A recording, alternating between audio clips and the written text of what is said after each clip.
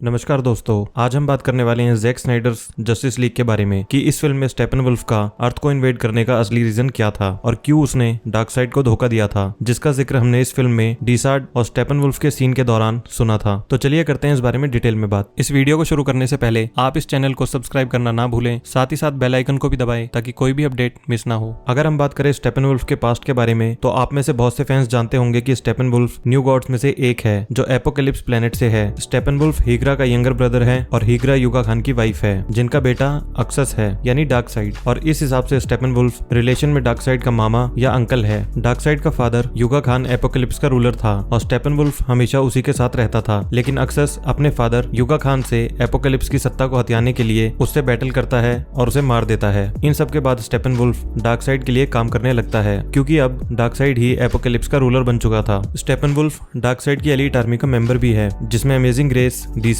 Mantis और doctor बेडलैम जैसे members भी हैं। स्टेपनवुल्फ ही डार्कसाइड की पैराडीमंस की आर्मी का जनरल है जो डार्कसाइड के कहने पे दूसरी दुनियाओं पे अटैक करता है और उन्हें उसके लिए कंट्रोल करता है। ऐसा ही कुछ हमने Jack Snyder Justice League film में भी देखा कि स्टेपनवुल्फ डार्कसाइड के लिए अर्थ को इन्वेड करने आया है। हालांकि इसके पीछे भी एक अलग ही स्टोरी चल रही होती है। इस सीन में हमने देखा था कि स्टेपनवुल्फ पहला मदर बॉक्स हासिल करते ही उसे इस मोनोलिथ में लगा देता है और एपोकलिप्स से कॉन्टेक्ट बनाता है, जिसके बाद वहाँ डीसार्ड आता है और स्टेपनवुल्फ डीसार्ड को बताता है कि ये वर्ल्ड बहुत डिवाइडेड है, इसे वो जल्दी ही डार्कसाइड के नाम पे कॉन्कर कर लेगा। और उसके बाद डीसार्ड से पूछता है कि क्या अब वो डार्कसाइड से घर आने की रिक्वेस्ट कर सकता है, जिसके बाद डीसार्ड उससे कहता है कि अभी भी तुम्हें डार्कसाइड के लिए 50,000 वर्ल्ड्स को कॉन्कर करना है और जब तुम ये कर लोगे उसी के बाद तुम्हारी रिक्वेस्ट को सुना जाएगा। ये सीन पूरी फिल्म में काफी इंपॉर्टेंट सीन था क्योंकि इस सीन से हमें न्यू गॉड्स के बीच आपस में चल रही पॉलिटिक्स के बारे में पता चलता है। तो इस सीन के हिसाब से स्टेपनवुल्फ ने डार्कसाइड को धोखा दिया था, जिसके बाद डार्कसाइड स्टेपनवुल्फ को अपने होम प्लेनेट एपोकलिप्स से निकाल देता है और सजा के तौर पे उसे एक टास्क देता है जिसमें स्टेपनवुल्फ को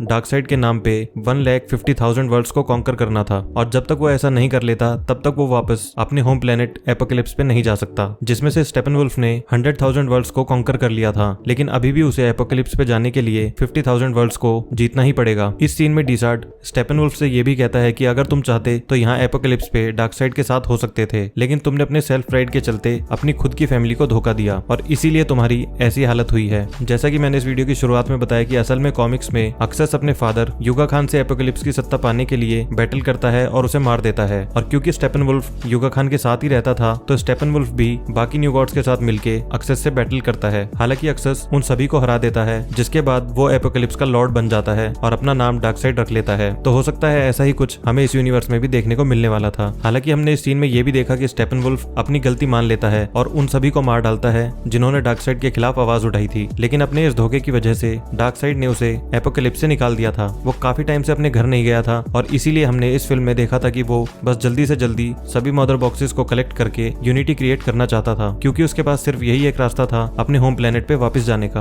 हालांकि हमें इस फिल्म में स्टेपनवुल्फ और डार्कसाइड के पास्ट का कोई सीन नहीं दिखाया गया, लेकिन इस बैक स्टोरी को इस फिल्म में डायलॉग्स के जरिए बहुत अच्छी तरह एस्टेब्लिश कर दिया गया था। हालांकि कॉमिक्स और इस फिल्म में काफी सिमिलैरिटीज हैं, लेकिन इस फिल्म में शायद स्टेपनवुल्फ के बिट्रेयल को अलग तरीके से दिखाया जाने वाला था। अगर आपको याद हो तो हिस्ट्री लेसन सीन में हमने देखा था कि डार्कसाइड अभी यंग है और शायद बैटल का इतना एक्सपीरियंस भी नहीं है, ना उसके पास अपना आर्मर है, ना ही ओमेगा बीम्स, लेकिन फिर भी वो अर्थ को इन्वेड करने आता है। लेकिन सोचने वाली बात यह है कि यहाँ उसके साथ और कोई न्यू गॉड्स क्यों नहीं है। हो सकता है वो अपने फादर को मारने से पहले ही एंटी लाइफ इक्वेशन को हासिल करने के लिए अर्थ पे आया था, क्योंकि उसे मालूम था कि वो अपने फादर को आसानी से नहीं मार सकता क्योंकि इस वक्त तक उसके पास कोई पावर्स और एबिलिटीज भी नहीं थी, और अगर उसने अपने फादर को मार दिया होता तो उसके साथ उसकी एलीट आर्मी का कोई ना कोई मेंबर जरूर होता। हालांकि इस इन्वेजन के दौरान वो अकेले भी काफी पावरफुल था जिसने इजीली एक ग्रीन लैंटर्न को मार दिया था, लेकिन एरीज, ज़्यूस और आर्टेमिस जैसे ओल्ड गॉड्स उसे हरा देते हैं। डार्कसाइड एरीज के हाथों बुरी तरह घायल हो जाता है और अगर पैराडीमंस उसे वहां से नहीं लेके जाते तो वो लगभग मर ही गया था। हो सकता है इसी दौरान स्टेपनवुल्फ ने एपोकलिप्स में डार्कसाइड के खिलाफ बगावत छेड़ दी हो क्योंकि इस वॉर में स्टेपनवुल्फ उसके साथ नहीं आया था, या दूसरी बात